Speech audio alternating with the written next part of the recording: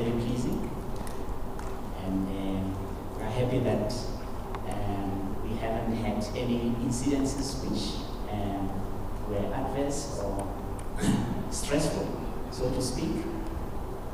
So it seems like everything is going to go well, and we are happy for that.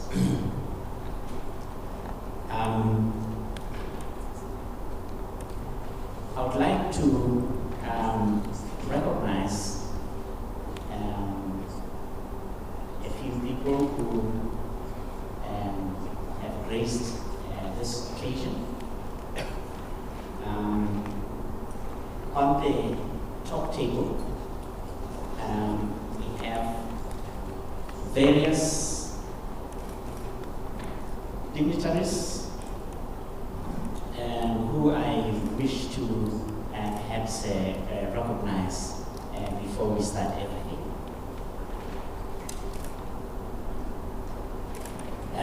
Of course, our host, the Vice Chancellor of the University of Botswana, Professor Thabo Fako, is here to welcome you to this university. We also have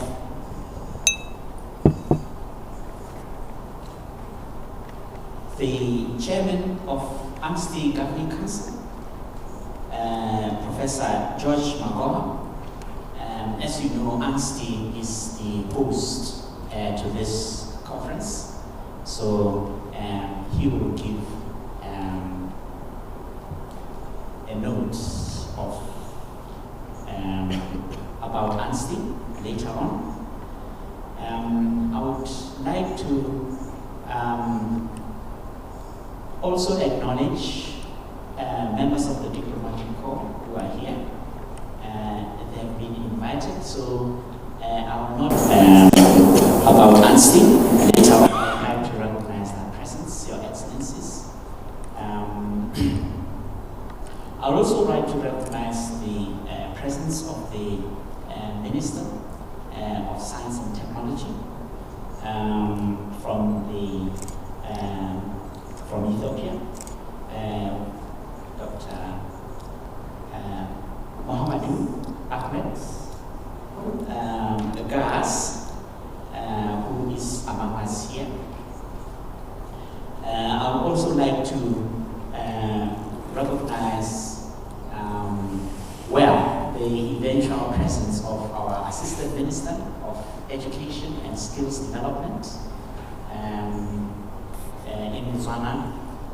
I must say that we are going to have to change our program because we have visitors who the Assistant Minister also has to attend to, and that is His Excellency the President of Kenya, who is visiting Botswana today. And I also learned there's another president who will be visiting. I won't say the name because this has not been confirmed, but we have two state visits presidents. So our Assistant Minister will be delayed because of that. So he will provide his opening remarks at the time that he arrives. I would like perhaps to recognize members of the UNESCO Directorate. We have the Assistant Director General of Natural Sciences, UNESCO Paris. We have Professor Lydia Bridget, who is among the dignitaries who are here.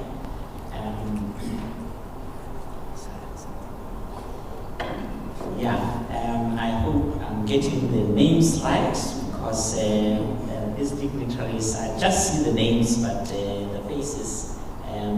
We do wish to acknowledge the presence of the Director of UNESCO Regional Office for Eastern Africa in Kenya, Mr. Mohammed Jalid. I hope that I have said the right name, but sir, you are most welcome. And I think I also wish to welcome all invited vice chancellors, all the deputy vice chancellors and deans under whose meeting we are gathered.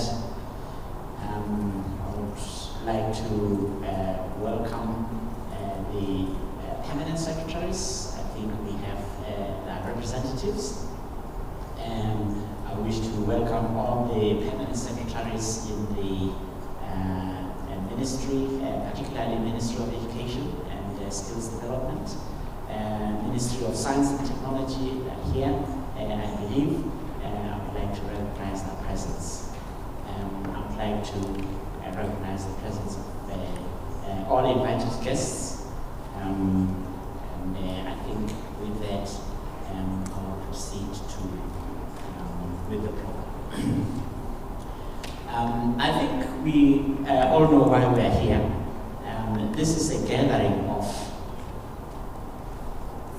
leaders of higher education institutes and tertiary institutes in Africa. And really, this has been happening for some time. This gathering started in 2005 in Ghana, and it has continued on several occasions. I think we gathered in Johannesburg in 2007 under the same sort of purpose. We also gathered in Uganda, Kampala, if I'm correct, in 2009, and we gathered in Johannesburg with the host, the Durban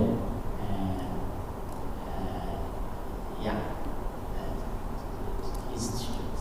I don't remember the exact name, but you forgive me for that. But we gathered in South Africa, and we also talked about the things that we're going to talk about today. Botswana is hosting this conference in 2013. So this is an opportunity for leaders of these academic institutions and research institutions to put their heads together.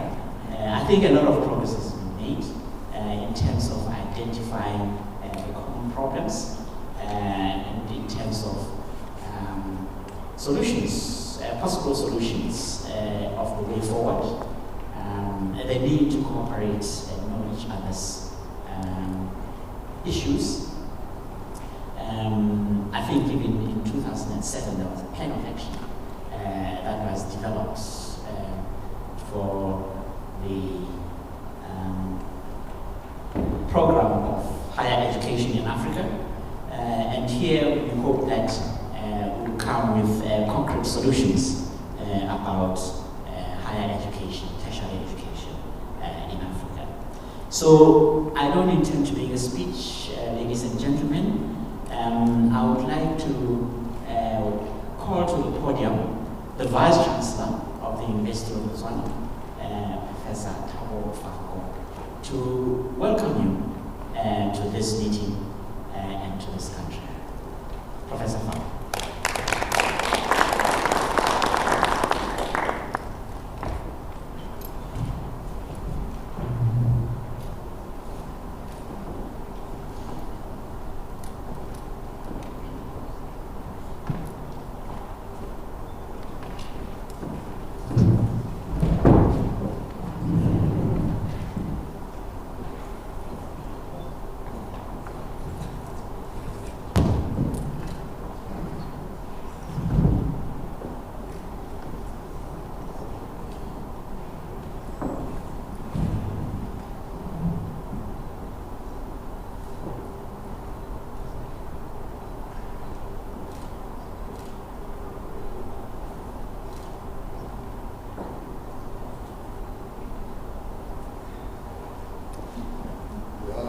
Minister of Education and Skills Development, the Honorable Minister of Science and Technology from Ethiopia, Your Excellencies, members of the Diplomatic Corps, Vice Chancellors, Rectors, Principals, and Presidents of universities, Assistant Director General of Natural Sciences in UNESCO, Director of Science Policy and Capacity Building in UNESCO, Director for the UNESCO Regional Office for Eastern Africa, Chairman of the African Network of Science and Technological Institutions, Permanent Secretary of the Ministry of Education and Skills Development, Permanent Secretary in the Ministry of Infrastructure, Science and Technology,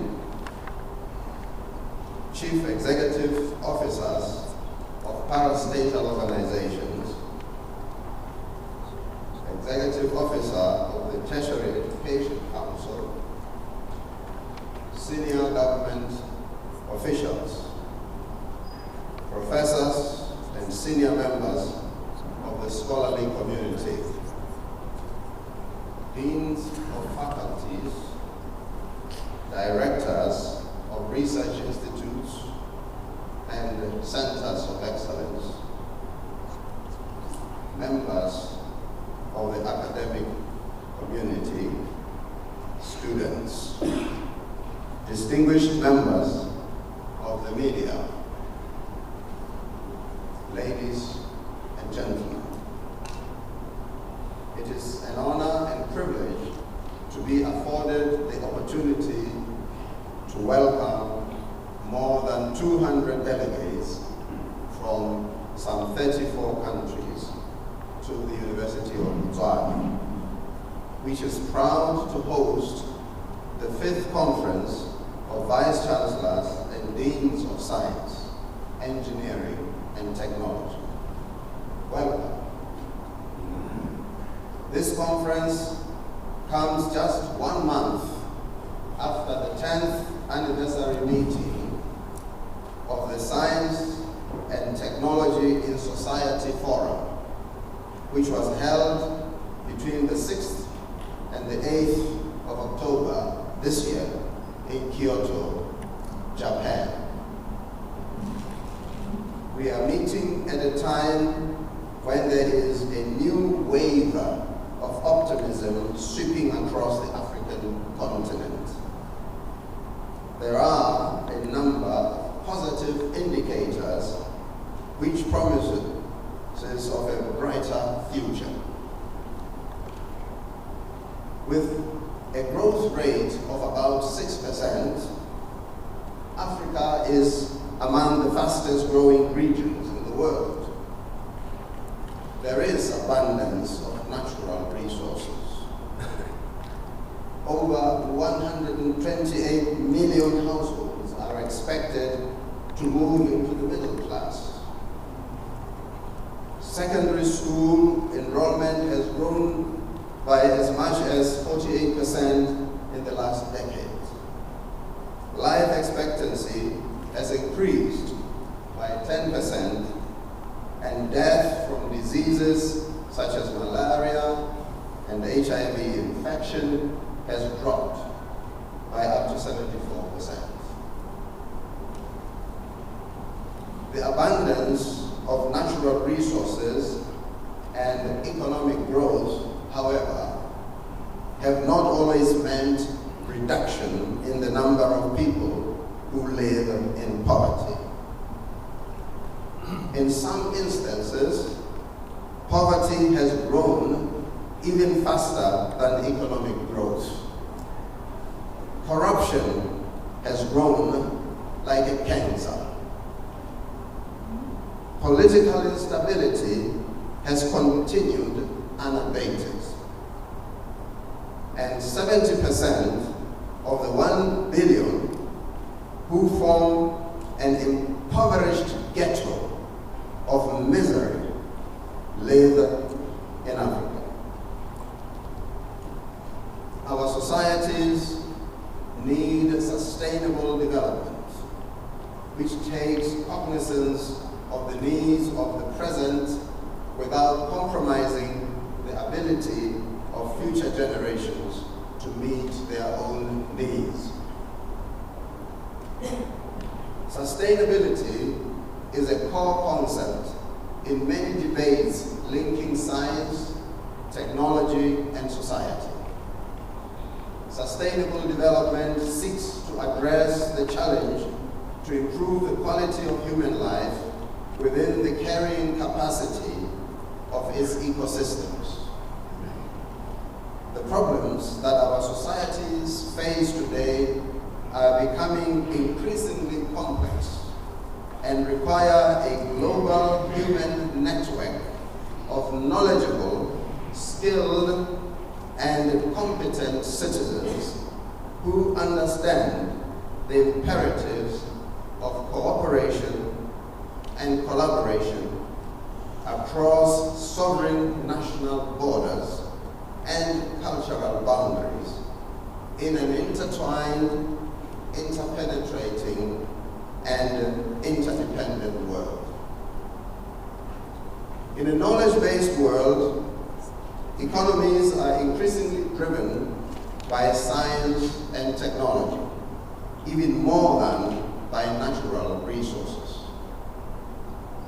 Addressing climate change, reducing desertification, safe harnessing of nuclear energy, improving food production, combating pandemic infections, and reducing global greenhouse gas emissions by half in order to keep the global temperature increase below 2 degrees Celsius require science and technology without borders, or with borders that are made increasingly easier to cross.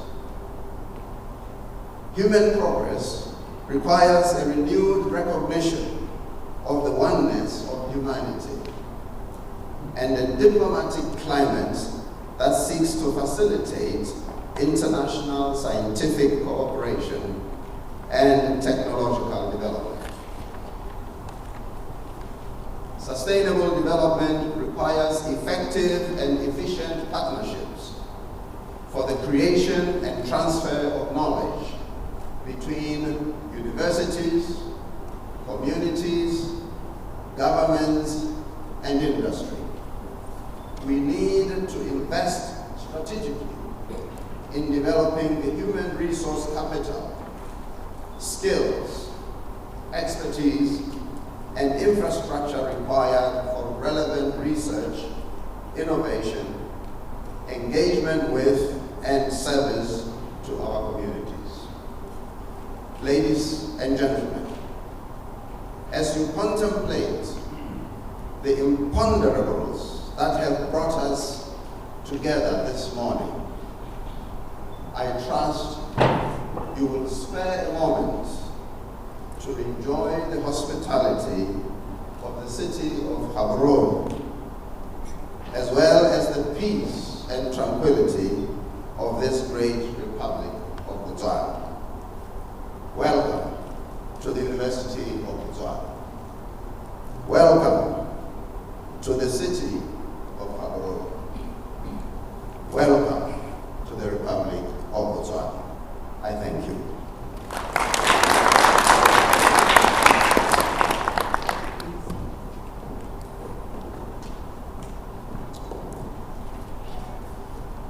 Thank you, Vice Chancellor, for those words of inspiration. I think I would like now to call upon our partners, the partners of ANSTI, who have supported this endeavor in various ways. First of all, I would like to call on Mr. Bukari Salvador, I believe, a representative of the African Development Bank to come and say a few words of goodwill.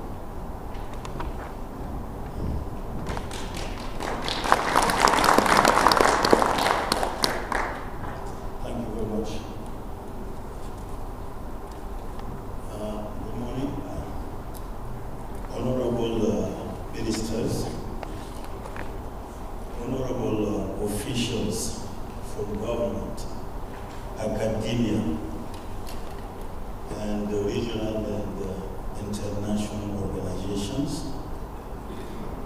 distinguished participants,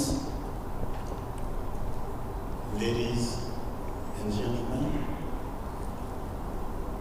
On behalf of the African Development Bank team that is attending this important conference, I would like to express our gratitude to the organizers for inviting us to this 5th conference of Vice Chancellors, Deans of Science, Engineering, and Technology, COVIDSET 2013. We are very pleased and very honored to join this high-level conversation on the best ideas to promote science, technology, and innovation for the development of our continent.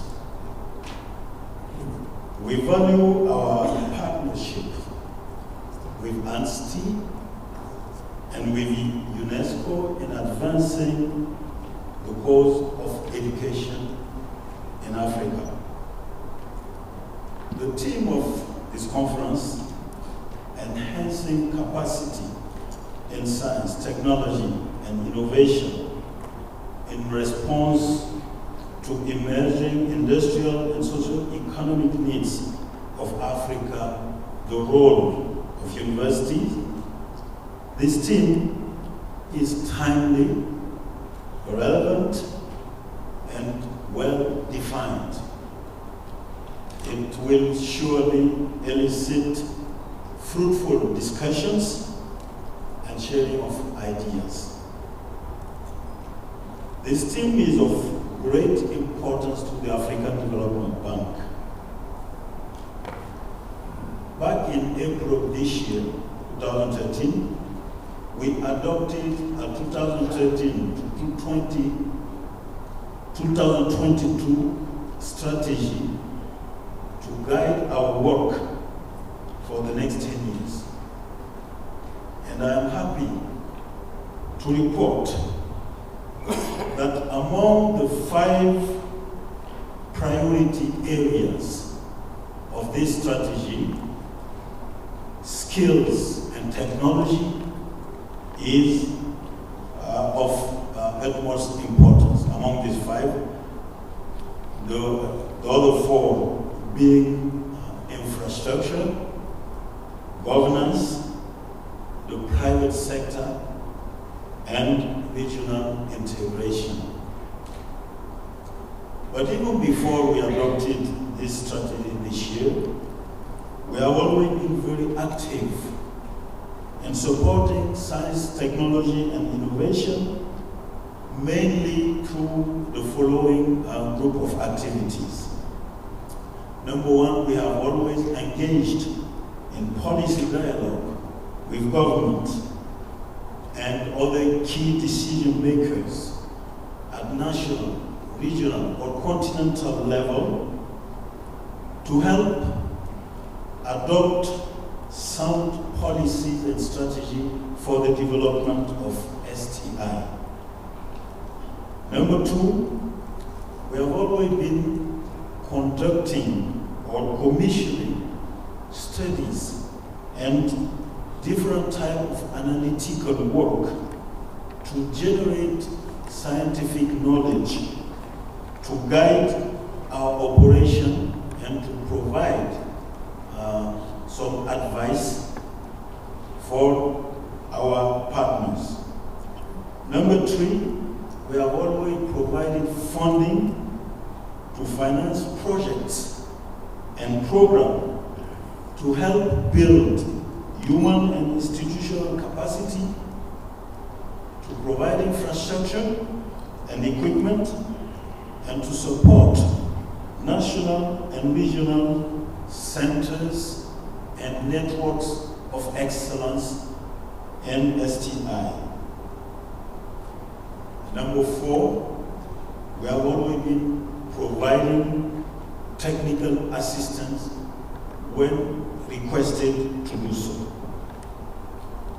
It is our expectation that the deliberations that will take place at this conference today and tomorrow will allow us to hear new ideas and experiences that will help us do more and better to support the development of STI in Africa for African development.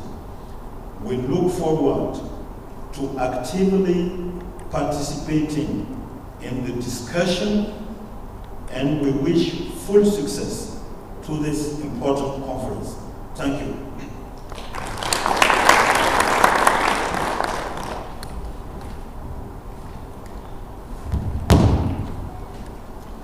Thank you, Mr. Sabadoga. I think the message is quite clear that you are pledging support for the science and technology and innovation networks and initiatives. I think the message is well received. I think at this juncture, I would like to call upon Professor Andres Harstick of Exceed.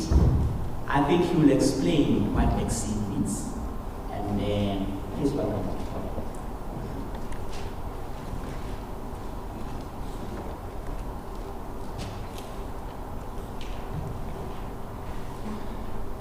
Thank you very much. Honorable Excellencies, Honorable Ministers, distinguished, esteemed Vice Chancellors, Rectors, and Deans, ladies and gentlemen. As Exceed representative and on behalf of the Exceed network, also of the Exceed Sub-Saharan African network, I would like to express that it is a great honor to be invited here today and to this conference, and also having the opportunity to present the Exceed network. Further, let me address some brief points what the Exceed project is about. Exceed is the Excellence Center for Development, Cooperation, and Higher Education on Sustainable Water Management. The project is funded by the German Academic Exchange Service, DAAD, for 5 years. We are now in the 4th year, and we are expecting to be funded starting in 2015 for another 5-year term. The Exceed network consists of 35 partners worldwide on 4 continents. For example, in Latin America, Middle East, in Southeast Asia, and in Sub-Saharan Africa. Then we have a close network of universities being part of the Exceed network, exchanging knowledge and exchanging students. Exchanging knowledge also means exchanging experts. So Exceed supports higher education, research activities, and promotes capacity building. That's what I've mentioned already. Capacity building means the exchange of knowledge to bring experts together for the purpose to talk about possible joint research projects on an international level. Let me finally announce that more details about the EXCEED network, in cooperation with my colleague Dr. Kwenya, who is the representative of the Sub-Saharan African network. Tomorrow, before lunch, more details about the EXCEED network will be given. I would like to invite you tomorrow in the morning session to come for a site meeting where I want to give some information about a project which will be launched, where the idea is the project of the Water Basin Authority. The subject will be about transboundary river basin issues in African countries, using the example of Water Basin and Okavango. And I would like also to present an idea and approach for a research project. It might be interesting for one or the other of you in the audience here. Thank you very much for your attention.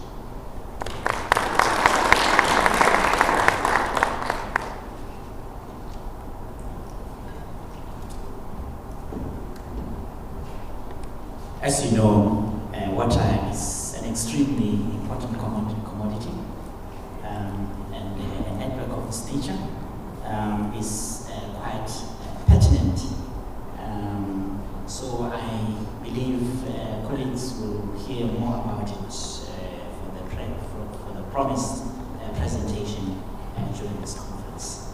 At this juncture, I would like to call upon the representative for the academic exchange program. DAD is one of the main sponsors of this conference, and I would like to call upon the representative to give us a word of encouragement.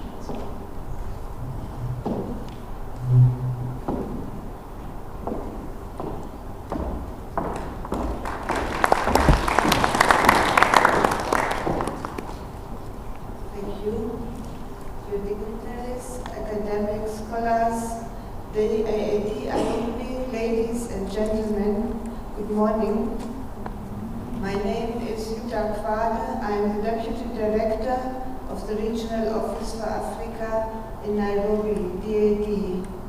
I am very honored to be here today with you, to greet you and to welcome you to this big conference. Unfortunately, our director, Mr. Hansat, was not able to be here with you. He sends his greetings. He wishes you a very successful conference. DAD has been with COVIDSET, with this conference, with the alumni for many years. We have been sponsoring alumni to participate in this conference. I have already met some of you who are either sponsored by that or by other organizations. I wish you could come to me also. Tell me you are a DAD scholar. I might not know everybody, but I would love to hear from you if you are here. Please come and meet me. DAD has been for the 40 years now in Africa, enhancing, as your program says, capacity in science, technology and innovation. This is very much at our heart, and we always will be with you as long as we are here in Africa and help and assist wherever it is needed. Please let me say I'm very happy to be here with you. Welcome. Thank you.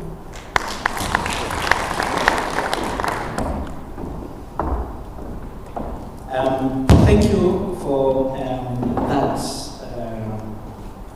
this message. I think, yes, that has been the cornerstone of these meetings of COVIDSET. And we really appreciate their support and their continued support in the future. At this juncture, I would like to call upon, I don't know whether I'm leaving out any other message of goodwill that has been proposed. If not, at this juncture, I would like to call Chairman of the Network of ANSTI, Governing Council, the Vice Chancellor of the University of Nairobi, Professor George Magwa.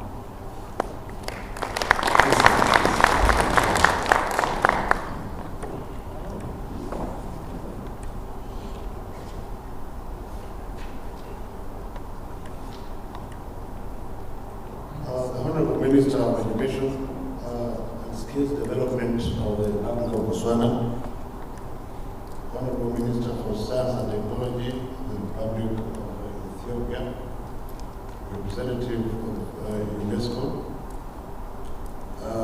Excellencies, Ambassadors and High Commissioners, and other members of the Diplomatic Corps.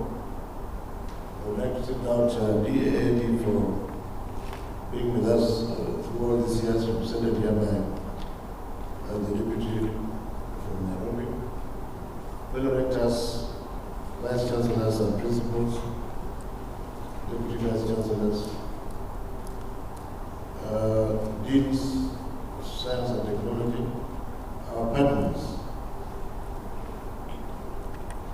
eminent scientific scholars, the University of Botswana, and the government of the Republic of Botswana, ladies and gentlemen.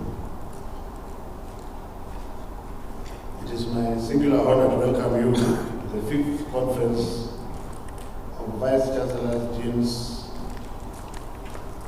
of Science and Engineering and Technology being held here in Nairobi. Ladies and gentlemen, the African Network for Scientific and Technological Institutions, ANSTI, is a project of UNESCO, has a mission to facilitate active collaboration among African scientific institutions for the purpose of training, research in science, engineering, and technology.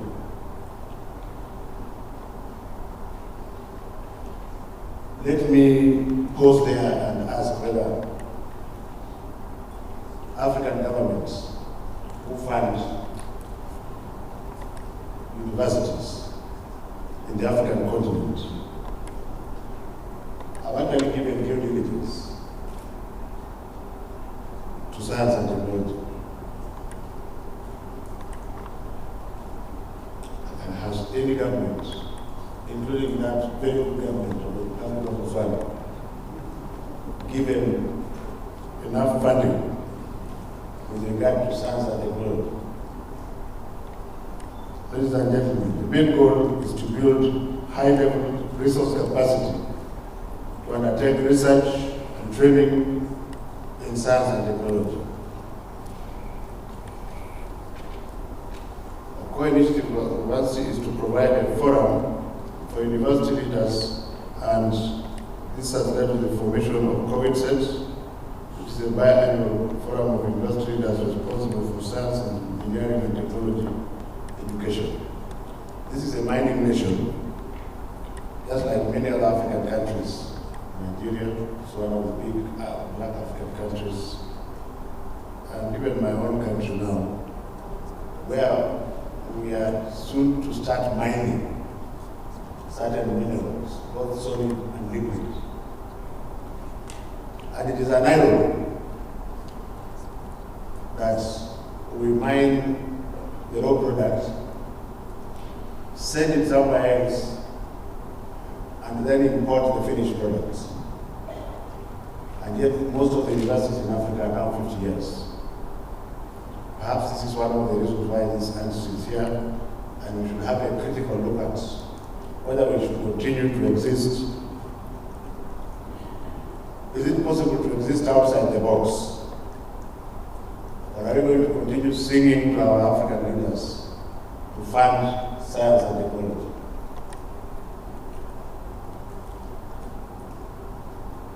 I've attended all the 5 meetings of COVIDSET, and if I was asked to measure the measurable output of what we have done over the last 10 years, ladies and gentlemen, I think the answer should be obvious to you. And if we were to get a drop of oil from my good country where we are supposed to start getting oil very soon, and in Nigeria where they have had it for the last 40 years, bit of that oil somewhere else and then import the finished product. Are you telling me that we are not able to do some of these things? Is it patriotism? Is it lack of leadership in the political arena? Or is it lack of leadership in the scientific arena? Is it possible to separate the two? Can we be given breathing space to just do what we have to do? In Kenya, we have a very good constitution now which allows us to do everything.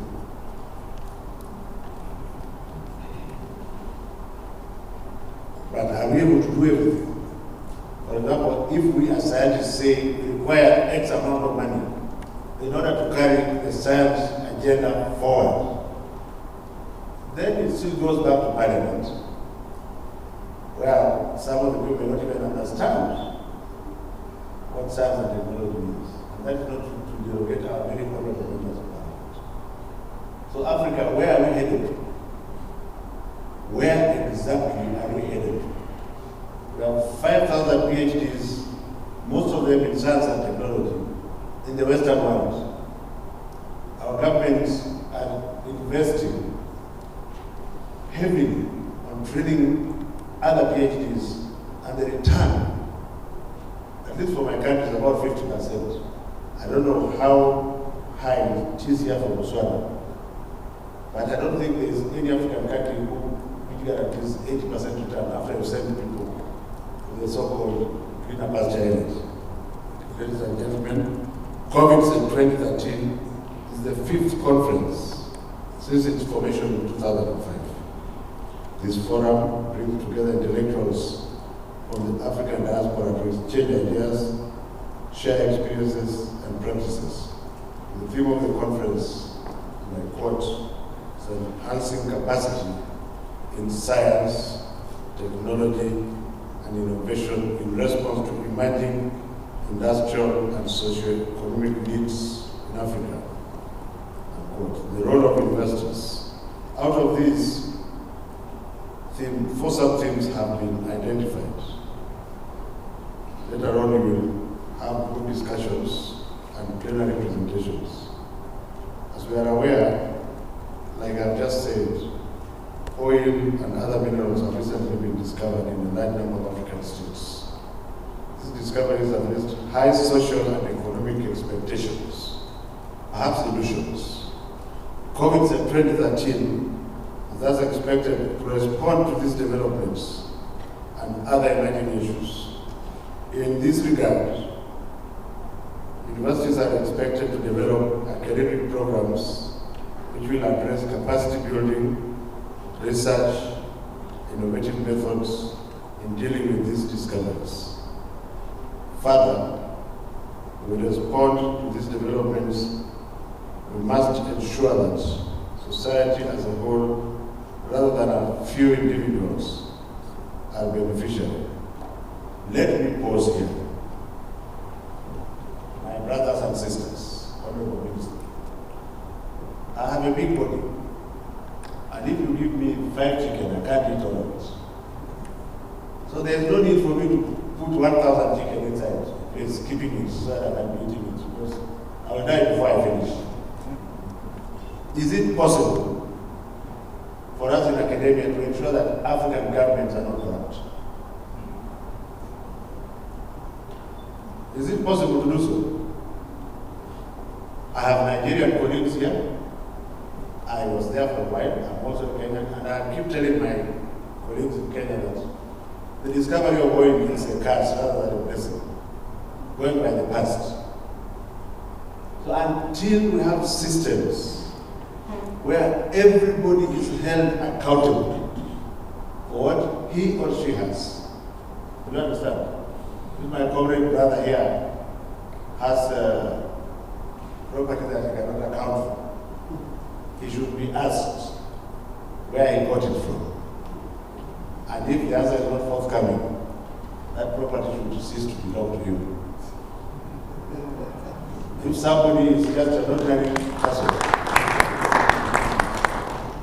if you are an ordinary lecturer who has 2 suits, but when you are in the city of Gaborone, people will salute and say, no, that is the lecturer of mathematics. It's the best. I think that's life, isn't it? It should not be that, oh, that one has about 50 billion pullers. But when you check where he got them from, you really cannot tell. So, in addition to being scientists, I'm a scientist, I'm actually a plumber, I'm a neurologist. I think the problem is bigger than just window dressing, meeting here and dancing around and going back. We should do a little bit more. We should get out of the box and demand that people are accountable. And in that process, hold our government accountable and say, well, we need money, because there is no need to say, oh, let us take people to England to do this because the lab is not in Botswana. Why is the lab not in Botswana? What reason can you give in the year 2013, with all the diamonds, or even if you go to Kenya, with all the wild animals in the bush, which brings a lot of money? Why is the lab not there? So it's a matter of priority. Priority within the university leaders and priority within the African governments.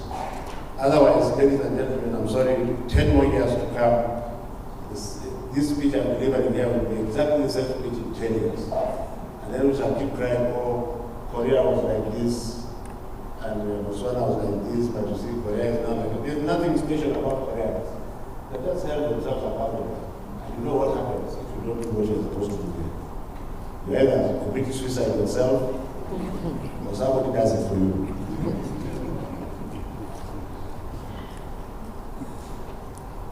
The effect of climate change has been observed. And let me again just divert. In the whole of Africa, perhaps this is the best example. Food insecurity, water stress, energy issues, increased and controlled urbanization, ecosystem degradation, and what have you. Like, you look at Nairobi now, in Kenya as a whole, 50% of the 40 million are in urban areas. You get the point? And you can't farm in urban areas. There are no jobs, there are no services. The rest is history. What are we doing about this? The effect of climate change has been observed to have adverse effects on health and nutrition and food security, energy and water and environmental sustainability. Perhaps Botswana should be left out.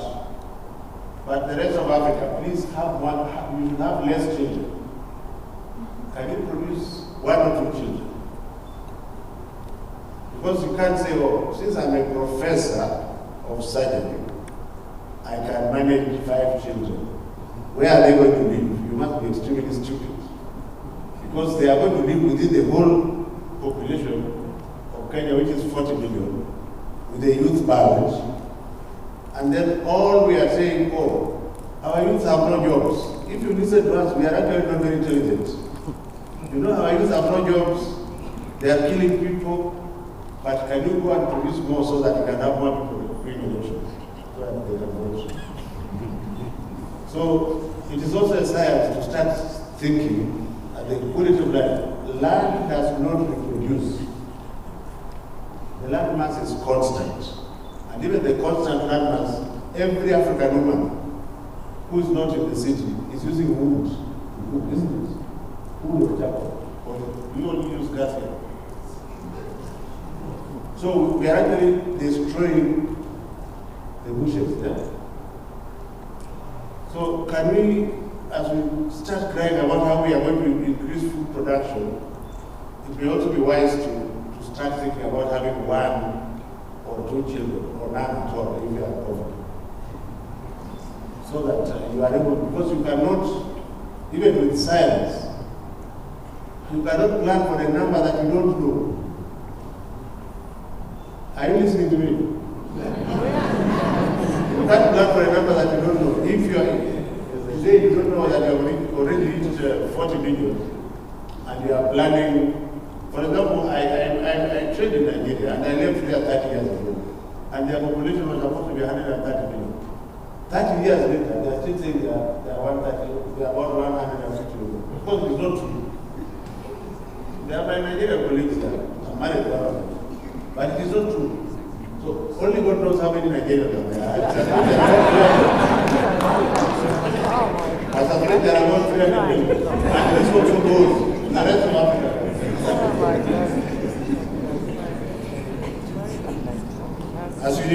therefore we must respond to these effects by designing training and training programs and research activities, and thereafter producing policy briefs for implementation by governments. In addition, appropriate research targeting the social and economic challenges should be undertaken. The outcome of this research must be converted to policy briefs and disseminated to stakeholders. I have just one thing to say here, that we as the African scientists must be responsible for the research that we are doing. And I'm saying this with all due respect to our funders who are all over the world. Do not dictate to us what to research on. We have now, I'm 60. So I must know what research is good. If I want to do research in medical issues in Kenya, why do you not allow me to decide on the topic so that I can fund it? Why do you sit somewhere and then say, well, there is money, but you must only do this. And yet people are getting blind all over. So I'm pleading with our partners to give us flexibility and credit to dictate the research agenda. Ladies and gentlemen, most of our member states are facing the challenge of unemployment of youth, as I've said. This challenge requires us to develop innovative methods of creating employment. But like I've said, we could also start thinking about reducing the number of youth by using other methods of making sure you do what you are doing, but no challenge coming out. In particular, we should aim to produce products from research carried out that can employ the youth. For instance, the creation of farm labs and science labs is one way, and so on and so forth. One other point before I quickly wind up is that as a way forward, it is envisaged that out of this conference we shall develop appropriate strategies to enable us to implement all recommendations of COVIDSET 2013. Well said, we may move forward and even get people to support our colleagues where we are, to go elsewhere, to further. But I just keep wondering again, I have been to all continents again and again, and I would never stay anywhere else except in my own country. So I wonder why people go out. Somebody wants to settle in London, of all places, or he wants to settle in the US, or he wants to settle in Canada. I have failed to understand, because life there is not easy. It's like a plastic life. It has gone to the top and now they are coming down. Can we get assurance from these developed governments not to use democracy to just take the best of us? On one side you say you are helping us to trade, but when they remain there illegally, you say, well, but you know this is a democratic country, there's nothing you can do. I think there's something that has to be done about that. Because if you do a study, you find that quite a number of people that we have sent, at least from the East African region, have remained out there. I also, as the former president of the AAU, I am telling you that there are over 5,000 PhDs out there from the West African area, from the Francophone Africa, and from elsewhere. So is it proper to question the agenda? And if that is so, it makes this answer more relevant, because then it means we have to empower ourselves to train our people within the continent. And I think it is possible. Finally, ladies and gentlemen, I would like to thank the good government of the Republic of Botswana, hereby represented by the Minister for Education and Skills and other high-ranking officials that were advised by my comrade, the Vice Chancellor, his peers and other senior members.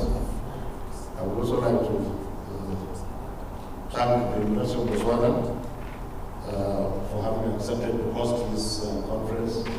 I have known the Vice Chancellor for quite a while, and I'm a good friend of the university. I'm glad to be here again. I'd like to thank the partners, starting with UNESCO, the German Academic Exchange Program, and L'Oreal Women in Science, Sub-Saharan Development, and other partners. Ladies and gentlemen, as I finish, even though I say I'm a surgeon, I've been trained like a baker, where you put flour in, and then you pass through the machine, and you have to see the cake that's coming out. I would like us to challenge ourselves that in the next 2 years when we are here, can we have actually palpable deliverables that have been given as a result of this conference? Otherwise, we may have to go back to the drawing board and see, perhaps we need another one. Because I do not understand why, for example, let me not use the Swahili, I think I have better view. I do not understand why a simple industry that can be placed in any African continent. You understand? You have to make sure that it's placed so many kilometers away so that you create a transport system that carries the raw material there, then it is refined there and it is brought back at a price that our people cannot afford. I think these are the things that we must be addressing now. And I hope that within the next 2 years we'll be able to find some solutions to this. Thank you very much.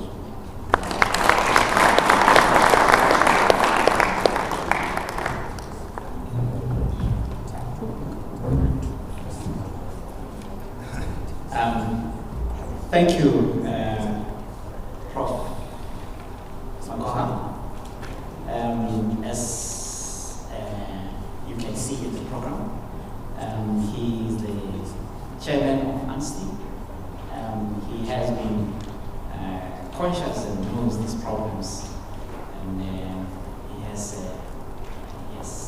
spelled them out, so to speak. Thank you for that, Prof. I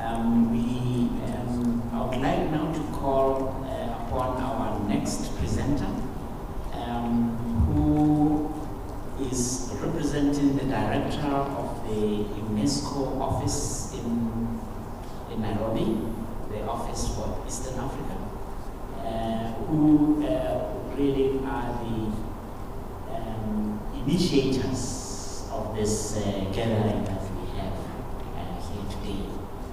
So I would like to call upon Dr. Peggy Ochipate, who will work with to make this conference possible, to come to the podium and deliver a word on behalf of UNESCO. Dr.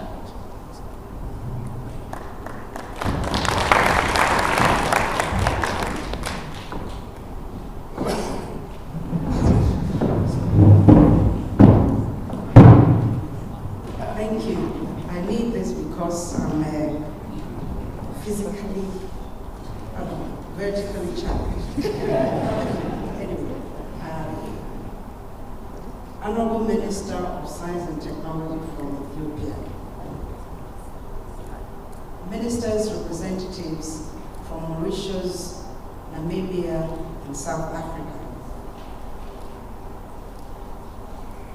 Director of UNESCO Science Policy and Capacity Building, representing the Assistant Director General of UNESCO, distinguished members of the Diplomatic Corps, Excellencies, distinguished Vice Chancellors, Deputy Vice Chancellors, Provosts, Deans of Science and Engineering Universities in Africa, Europe, Asia, US, and Australia, representatives of our development partners, the African Development Bank,